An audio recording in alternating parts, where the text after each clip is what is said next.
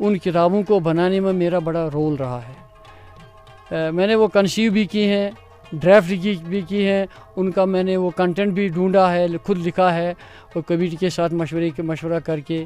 تو علاوہ اس کے آج تک وہ کتابیں پڑھائی جا رہی ہیں. اردو کتابوں کا میں نے سارا کمپریہنشن میں نے لکھا ہے. تو پرائیویٹ سیکٹر کے لیے بھی میں نے اول سے 7ویں جماعت کے تک کے اسٹوڈنٹوں کے لیے کشمیری نصاب تیار کیا ہے. یہ تو میرا کنٹریبیوشن ہی ہے.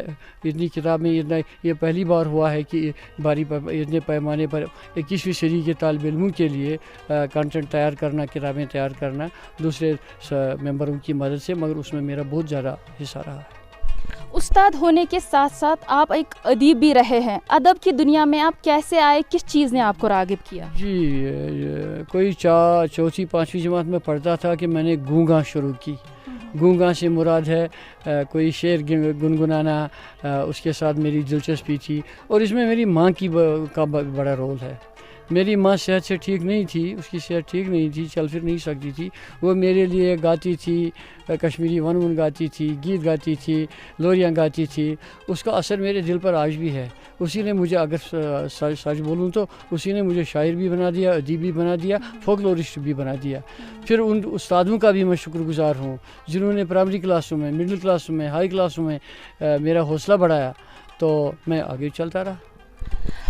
آج تک کتنی ساری کتابیں آپ نے لکھی ہیں, کتنی منظر عام پر آ چکی ہے, اور اگر ہم ٹرانسلیشن کے حوالے سے بات کریں کتنے ساری کتابوں کی آپ نے ٹرانسلیشن کی ہوگی؟ کتابیں پڑھنا اور کتابیں لکھنا میرے لیے دن رات کا کام رہا ہے, بالکل بچپن سے آج تک. تقریباً کیا چھپ چکی ہیں میری 65 بکس, 65 کتابیں چھپ چکی ہیں. ان میں سے کچھ تو آؤٹ آف پرنٹ بھی ہو گئے ہیں. وہ مختلف فیلڈس کے لیے میں نے لکھی ہیں, تحریر کی ہیں وہ کتابیں. مثلا ایک تو لیجئے شاعری تو میں پہلے بڑی دلچسپی کے ساتھ کرتا تھا. تو کشمیری میں, اردو میں کوئی 2-3 سال لکھا تھا مگر بعد میں چھوڑ دیا. تو کشمیری میں نے کئی سال تک لکھا. اور پہلی جو کلیکشن تھی میری, پہلا شعری مجموعہ, اس کا نام تھا زول امارن ہند, ایلیمینیشن آف لانگنگس. میں نے اس کو 1978 میں شائع کیا اور 1979 میں اس کو بیسٹ بک ایوارڈ ملا academy of cultural art and languages Jammu Kashmir کا. وہ پہلا ایوارڈ مجھے ملا تھا. اور اس کے بعد میں نے ٹرانسلیشن کیا ہے الیگزینڈر پشکن کی شاعری کا, اور وہ روسی شاعر تھا. ایک اپنے دوست کے ساتھ مل کر وہ کیا کہتے ہیں اسے, شام لال پردیسی اس کا نام تھا, وہ اب اس دنیا میں نہیں ہے. تو اس کے ساتھ مل کر میں نے ترجمہ کیا اس کا کشمیری میں. اس کے لیے ہم کو سویٹ لینڈ نہرو ایوارڈ بھی ملا ہے. بہت چھوٹا تھا میں, وہ میں مان لیجئے میں 14.5 سال کی عمر میں ٹیچر ہو گیا ہوں. 42 سال تک میں نے نوکری کی ہے. آج لوگوں کی عمر ہی کوئی 40-50 سال ہی ہوتی ہے. تو یہ دوسرا ایوارڈ تھا جو مجھے بچپن میں ملا ہے, لڑکپن میں ملا ہے. تو ایک اور فیلڈ ہے میرا فولکلور. آپ کو میں بتا دوں کہ کشمیر فولکلور میں بہت مالا مال ہے. انگریز دانشوروں نے, سیاحوں نے, ادیبوں نے کشمیری فولکلور کی بہت تعریفیں کی ہیں. یہاں پرت در پرت فولکلور ہے. کشمیر کے فولکلور میں کشمیر کا کلچر, کشمیر کی سب تاریخ, سب کچھ پوشیدہ ہے. تو میں نے فولکلور کے بارے میں کوئی 10 کتابیں لکھی ہیں آج تک. میں نے فولکلور کو جمع کیا, کشمیری لوک گیتوں کو جمع کیا, کہانیوں کو جمع کیا, اینیکڈوٹس کو جمع کیا, تلمیحات کو جمع کیا, اور بعد میں ان کا تجزیہ کیا. سوشیولوجیکل پرسپیکٹیو میں نے ان کی کرٹیکل انالیسس کی, ان میں سے تاریخ اور تمدن کے نشانات ڈھونڈنے کی کوشش کی. 10 کتابیں چھپی ہیں. ان میں ایک کتاب اردو میں ہے کشمیری فولکلور, اور ایک کتاب انگریزی میں ہے intangible cultural heritage of Kashmir. یہ سب چھپ چکی ہیں. تو دوسرا میدان ہے میرے کام کا, وہ ہے ٹرانسلیشن. ٹرانسلیشن بھی میں نے کوئی 5-8 کتابوں کا کیا ہے, اس وقت تک کر رہا ہوں.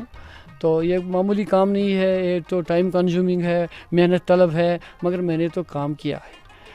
ایک بڑے ولی اللہ ہیں حضرت میر سید علی حمدانی شاہی حمدان رحمۃ اللہ علیہ. انہوں نے کہا جاتا ہے کوئی 179 یا 176 کتابیں چھوٹی بڑی کتابیں لکھی ہیں عربی میں فارسی میں. ان کی ایک کتاب ہے ذخیرۃ الملوک. میں نے فارسی سے اس کتاب کا کشمیری ترجمہ کیا ہے. یہ بہت بڑا کام ہے اور میں خوش ہوں اس کام پر, اطمینان بھی ہے مجھے. حضرت مولانا سید علی ابوالحسن ندوی علیہ رحمہ کی کتاب ہے سیرت کے بارے میں, پیغمبر اسلام حضرت محمد مصطفیٰ صلی اللہ علیہ وسلم کی سیرت کے بارے میں کتاب ہے. وہ عربی میں لکھی ہوئی تھی, وہ لکھی ہے انہوں نے. دنیا کی کئی زبانوں میں اس کے تراجم ہوئے ہیں. میں نے اس کا کشمیری میں ترجمہ کیا ہے, اس پر بھی میں مطمئن ہوں. اور حال ہی میں میں نے ایک تامل ناول کا ترجمہ کیا کشمیری میں, a man a home and the world. اس کا نام انگریزی میں ہے, تو میں نے لکھا اس کا کشمیری میں ترجمہ کیا. ساہتیہ اکیڈمی نے چھپایا ہے وہ ترجمہ.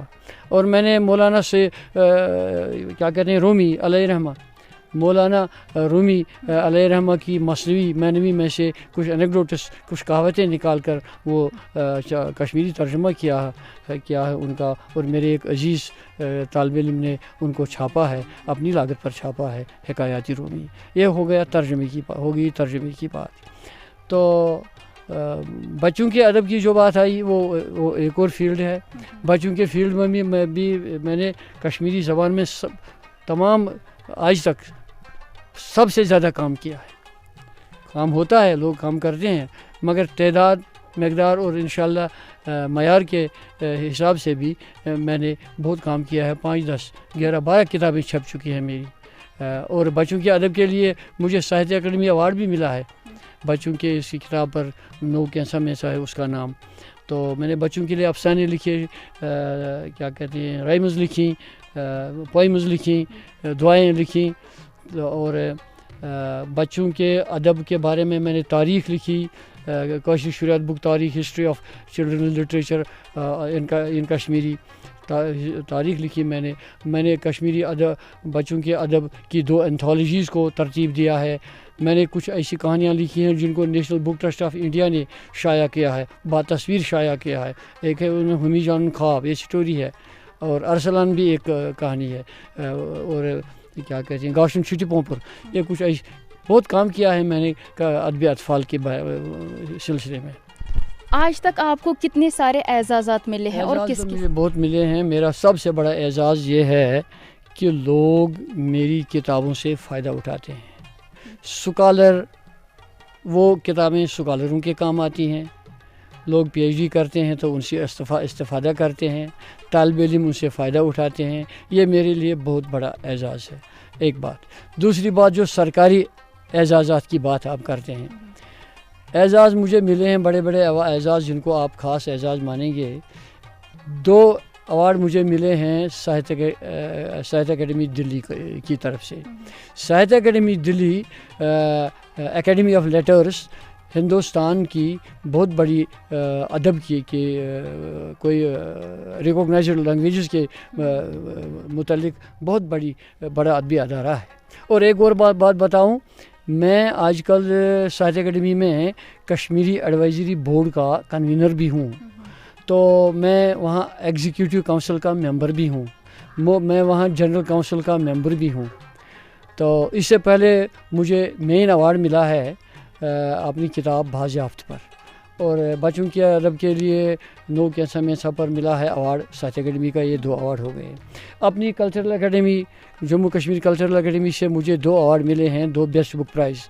ایک کتاب کا نام ہے سرمایہ اور سام, وہ لٹریری ریسرچ ہے, اس پر ملا ہے مجھے انعام, فرسٹ پرائز. اور ایک ہے کیا کہتے ہیں وہ زول امارن ہندو پوئٹری, اس پر ملا ہے. سویٹ لائن نہرو ایوارڈ مجھے ملا ہے. تو گورنمنٹ آف جموں کشمیر نے مجھے 2017 میں اسٹیٹ ایوارڈ بھی دیا ہے. تو یہ جو ہماری لوکل یہ تنظیمیں ہیں, یہاں ایک وہ بہت بڑا وفاق ہے ادبی مرکز کمراز, وہ ہر سال ایک ایوارڈ دیتے ہیں. وہ بڑا پریسٹیجیس ایوارڈ ہے, بہت بڑا ایوارڈ ہے, اپنوں کا ایوارڈ ہے وہ. تو وہ مجھے ملا ہے شرفی کمراز اس کا نام ہے, شرفی کمراز اسے کہتے ہیں. وہ پونچھ میں انہوں نے مجھے دیا تھا ایک کانفرنس کے دوران. تو ایک اور تنظیم ہے حلقہ ادب حاجن سوناواری, انہوں نے مجھے دیا ہے پروفیسر محی الدین ہاشمی ایوارڈ. تو یہ کوئی معمولی اگرچہ لوکل ایوارڈ ہیں مگر تو بڑے قیمتی ہیں، بڑے پریسٹیجیس ہیں. اور ہماری ادبی یہاں جنوبی کشمیر میں ادبی تنظیم ہے، بہت بڑی ادبی تنظیم مراز ادبی سنگم. انہوں نے مجھے کئی بار انعامات سے اعزازات سے نوازا ہے. انعام تو آتے ہیں مگر کام انسان کرے، کام دیانتداری ایمانداری سے کرے تو انعام آتے ہی رہیں گے. جی بالکل. اگر بات کریں استاد کی تو ہر کسی انسان کی زندگی میں استاد کا اہم رول ہوتا ہے. آپ کے کوئی استاد جن سے آپ نے تعلیم؟ استاد دو چیزوں دو اس میں دو کیٹیگریز ہیں. ایک استاد ہے ادب اور شاعری کے لیے، دوسرا استاد ہے سکول میں. سکول میں صاحب استاد مجھے بہت پیار کرتے تھے کیونکہ میں سیدھا سادہ غریب گھر سے آیا ہوا بچہ تھا اور مطلب اللہ کا شکر کی انٹیلیجنٹ بھی تھا، تو استاد مجھے پیار کرتے تھے. ان کا ہاتھ میرے سر پر ہمیشہ رہا. کتنوں کے نام گناؤں، بہت نام ہیں، سبوں نے میرے ساتھ ہمدردی کی ہے. یہ ہو گیا تعلیمی میدان میں. تو مگر ادبی میدان میں کئی ایسے بڑے شاعر گزرے ہیں، ادیب گزرے ہیں، ان کے پاس میں جاتا تھا، وہ میری اصلاح کرتے تھے، مشورہ دیتے تھے. ان میں ہمارے امین کامل صاحب ہیں، محمد امین کامل، کشمیری زبان کے بہت بڑے ادیب، بہت بڑے شاعر. وہ میرے کلام کی اصلاح کرتے تھے. ایک تھے عبدالرحمن آزاد، میرے سینئر تھے، دوست بھی تھے، استاد بھی تھے. سروانند کول پریمی بھی ایک تھا، وہ بھی کبھی میں انہیں اپنا کلام دکھاتا تھا. ان سے بھی مگر سب سے زیادہ انسپائر مجھے کیا ہے کامل صاحب نے، کیونکہ کامل صاحب اس زمانے میں ایک رسالہ نکالتا تھا، اس کا نام نیب تھا. اس نیب نے بہت شاعر پیدا کیے، بہت ادیب پیدا کیے، اس میں چھپتے تھے، بعد میں بڑے بڑے ادیب ہو گئے. آپ سے جاننا چاہیں گے کہ آپ کون سے ادبی اداروں کے ساتھ وابستہ ہیں؟ ہاں، ادبی اداروں کے ساتھ وابستہ. دیکھیے یہاں جو ہماری ادبی تنظیمیں ہیں لوکل، یہاں میں وابستہ، میں کوئی عہدیداری کا قائل نہیں ہوں. ادبی مرکز کمراز جو بہت بڑا وفاق ہے کشمیر میں، بلکہ جموں کشمیر میں بڑی ادبی تنظیم ہے. وہ میری ہمدردی ان کے ساتھ رہی ہے اور وہ میرے ساتھ مشورہ بھی کیا کرتی تھے اور میں ان کا ایڈوائزر بھی رہا ہوں کئی 5-10 سال تک. تو دوسری ادبی تنظیمیں ہماری اپنی یہاں مراز ادبی سنگم. مراز ادبی سنگم کا میں اس وقت بھی سرپرست ہوں اور کئی سالوں سے اس کا سرپرست رہا ہوں. مراز ادبی سنگم کا میں ممبر تھا کوئی 1969 سے، یعنی بہت زمانہ گزر گیا. 1979 میں 1999 میں جو وہ ڈفنگ ہو گئی تھی کیونکہ حالات کچھ کشیدہ ہو گئے تھے، تو بعد میں نوجوان آ گئے، انہوں نے پھر اسے سنبھالا دیا اور مجھے پھر لے گئے. تو آج بھی میں ان کے ساتھ وابستہ ہوں. وہ بڑا اپنا کام کرتے ہیں، اچھا کام کرتے ہیں. تو میں آج بھی ان کا سرپرست ہوں اور اس کے ساتھ وابستہ ہوں. میں اپنی کلچرل اکیڈمی میں ایڈوائزری سب کمیٹی کا ممبر رہا ہوں 5 سال کے لیے. میں اپنی اس میں کلچرل اکیڈمی میں جنرل کونسل کا ممبر رہا ہوں. میں national book trust of India میں پروگرام کمیٹی کا ممبر رہا ہوں. میں north zone cultural centre Patiala کا پروگرام کمیٹی کا ممبر رہا ہوں اور اس وقت تو کشمیری ایڈوائزری بورڈ کا ممبر ہوں. ساہتیہ اکیڈمی میں ایگزیکٹو کا بورڈ ممبر بھی ہوں اور جنرل کونسل کا ممبر بھی. آخر میں آپ سے جاننا چاہیں گے کہ بہت سارے نوجوان ایسے ہیں جنہیں شاعری کا کافی شوق ہے، تو چونکہ آپ نے شاعری میں بہترین کارنامے انجام دیے ہیں، تو آپ کی کیا میسیج رہے گی ان نوجوانوں کے لیے؟ دیکھیے میں اپنی شاعری کے بارے میں بتاؤں، جتنی زیادہ توجہ میں نے نثر کے ساتھ کی لگائی ہے. دیکھیے بات میں یہ ہے کہ وہاں انسان اور برڈن رہتا ہے. نثر لکھنا کوئی معمولی بات نہیں ہے. ایک مضمون ایک چیز کے لیے ایک مہینہ لگتا ہے، 2 مہینے لگتے ہیں، 3 مہینے لگتے ہیں. لہٰذا شاعری کی طرف مجھے زیادہ ٹائم نہیں ملا. ویسے آج بھی کبھی لکھتا ہوں مگر زیادہ توجہ کے ساتھ نہیں. رہی بات شاعروں کی، ادیبوں کو مشورہ دینے کی، مشورہ کیا ہے؟ یہ محنت طلب کام ہے، وقت طلب کام ہے، صبر طلب کام ہے. آپ کو بہت کام محنت کرنا پڑے گی. صرف فیس بک اور واٹس ایپ آپ کو بہترین اور اچھا بڑا شاعر نہیں بنائے گا، زیادہ بڑا ادیب نہیں بنائے گا. ایکسٹرا اسٹڈی کیجئے، کلاسیکلز پڑھیے، اپنے کلاسیکل شاعروں کا، ادیبوں کا کلام پڑھیے، ان کی کتابیں پڑھیے اور بہت زیادہ پڑھیے. دیکھیے میرے خیال میں اگر کوئی شخص ایک کتاب پڑھے تو ایک صفحہ لکھ سکتا ہے. اگر کوئی کتاب ایک صفحہ لکھے تو ایک صفحہ پڑھے تو ایک سطر لکھ سکتا ہے. یعنی آدمی کو محنت کرنی پڑے گی اور زیادہ سے زیادہ پہلے سیکھنا. دیکھیے اگر مجھے کوئی بات کہنی ہے، اس بات کو کرنے کے لیے مجھے ٹیکنیک چاہیے، مجھے ٹیکنیک کو سیکھنا پڑے گا. مجھے تو زبان پر گرفت ہونی چاہیے، اپنی زبان جس میں میں لکھنا چاہتا ہوں، جس پر میں لکھتا ہوں. دیکھیے ایسے بھی لوگ ہیں جو شاعری کرتے ہیں کشمیری زبان میں، مگر کشمیری بول نہیں پاتے صحیح طرح سے. لکھنا تو چاہتے ہیں مگر بول نہیں سکتے ہیں. اردو تو ہمارے یہاں کشمیر میں صحیح اردو بولنے کا کوئی مطلب اصلی لوگ تو زیادہ لوگ صحیح اردو نہیں بول پاتے ہیں، کیونکہ مادری زبان کا اثر ہے. تو پہلے اگر کسی زبان میں لکھنا ہے تو اس میں تو ماسٹری کرنی چاہیے، اس پر تو استادانہ نظر ہونی چاہیے. بچوں کو، نووارد ادیبوں کو، شاعروں کو چاہیے کہ وہ زبان سیکھیں، زبان کا محاورہ سیکھیں، لفظوں کا شعور سیکھیں اور پڑھیں اور زیادہ سے زیادہ پڑھیں. Thank you. آتش صاحب ہمارے ساتھ بات کرنے کے لیے آپ کا بہت بہت شکریہ. شکریہ شکریہ شکریہ. تو یہ تھے غلام نبی آتش صاحب جو ہمارے ساتھ بات کر رہے تھے اور اپنی زندگی اور ادبی خدمات کے بارے میں بتا رہے تھے. فی الحال آج کے اس پروگرام میں اتنا ہی. دیجیے اپنی میزبان غزالہ نثار کو اجازت. خدا حافظ.